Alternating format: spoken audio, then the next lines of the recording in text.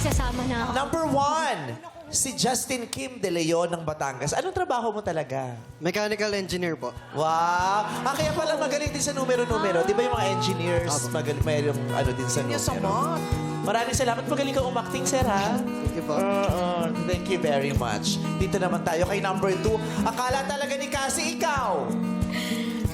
Full-time events host po. Sabi ko sa iyo, host Tama vibes, din di yung ba? sinabi mo. Oh my gosh.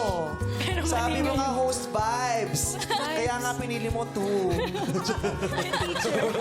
Teacher rin nahanap na. Pero tama yung kilatis mo. Host vibes. Oo. Maraming salamat Thank you din. po. Nag-enjoy ka ba sa pagpapanggap? Sobra po. Ang galing mo ding umarte. Oo. Salamat po. Oo, si Sir din magaling umarte. Sana nag-enjoy ka. Thank you po. Nag-enjoy naman po. Okay. Eto na. Ang totoong breadwinner na teacher ay si number 3. Hello po. Si Michael John Buen ng Las Piñas. Ayan. Taga Las Piñas ka ngayon. Opo, currently nasa Las Piñas po ako pero originally po na taga Nueva Vizcaya po ako. Oh. Ang pamilya mo ay nasaan ngayon? Nasa Nueva Vizcaya po lahat. Ako lang po yung nandito. Taga Nandito Nueva ko- Vizcaya din siya. Hindi kami Yes. kasi taga Bambang. Oo. Hello. Opo. Bambang. Hello, May Bambang Bambang, din sa Nueva Maynila. Vizcaya. Oo. bilihan ng tabi ano. malapit sa Tayuman. Oo.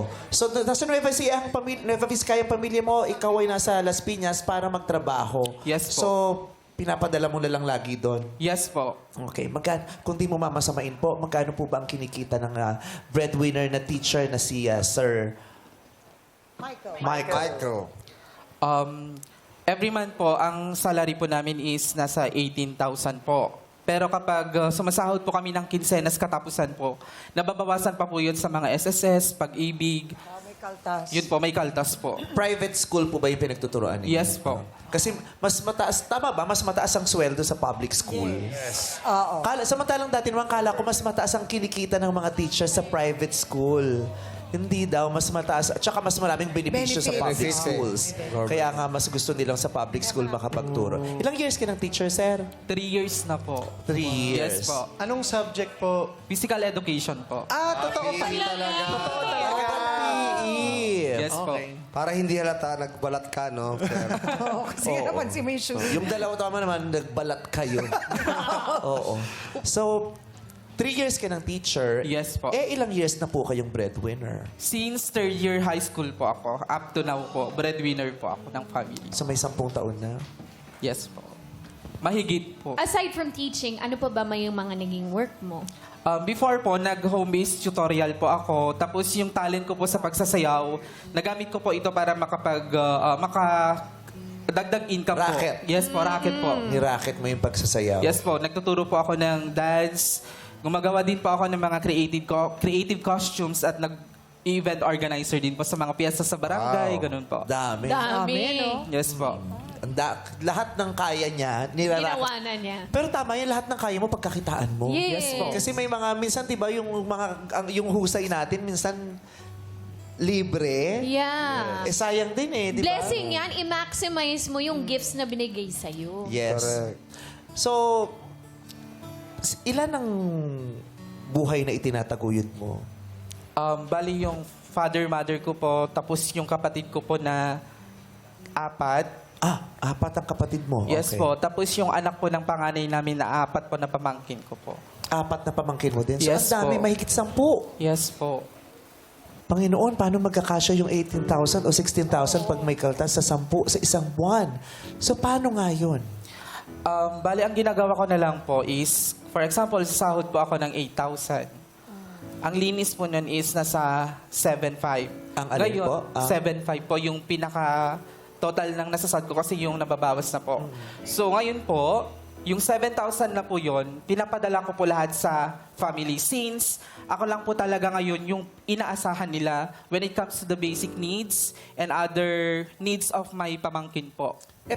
Paano ka dito sa Maynila kung walang natitira sa'yo, kung lahat nasa kanila? Paano ka Yung nabubuhay naiiwan dito? po na 500, pinagkakasya ko po yun bago ako ulit sumakot For 15 days? Yes po. Minsan po, nangihiram na rin po ako.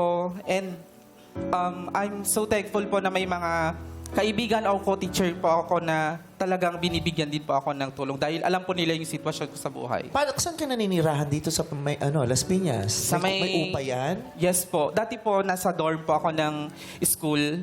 Ngayon po, umalis na po ako doon kasi nag-end of contract na po ako.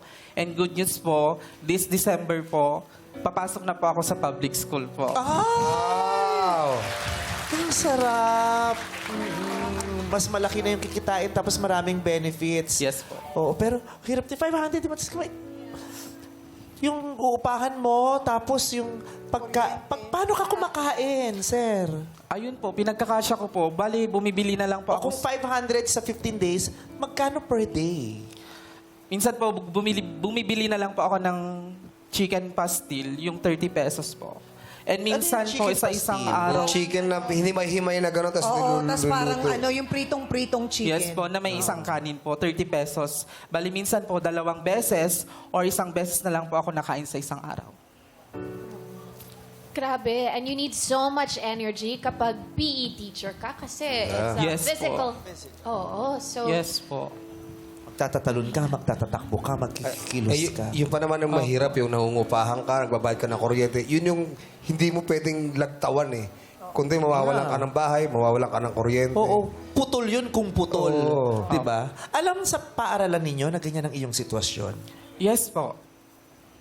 Kaya po may mga friends po ako na tumutulong din po sa akin or nalalapitan ko po, nahihiraman ko po ganun.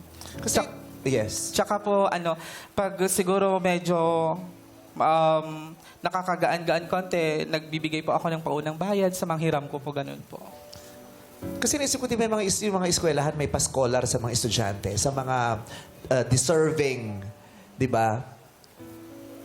Ang dami ring iniindang problema ng mga faculty members. Di ba? Katulad niya. So, kung sana yung extend ng tulong, di ba? Di ba may PTA members, may faculty, may organization ba ang faculty, yung mga yan. Kahit, ito na naisip ko. Di ba may student council? Yung student council, na ba iniisip nyo yung mga para sa mga estudyante? Hindi rin siguro masama na kung makakaisip tayo ng mapapamaraan kung paano tayo makakapag-extend ng help sa ating mga guro na nangangailangan din. 'Di ba? From students to the teachers naman, 'di ba? Ang nagbibigay kasi yung mga guro ang dami rin namang ibinigay sa atin. Totoo yan.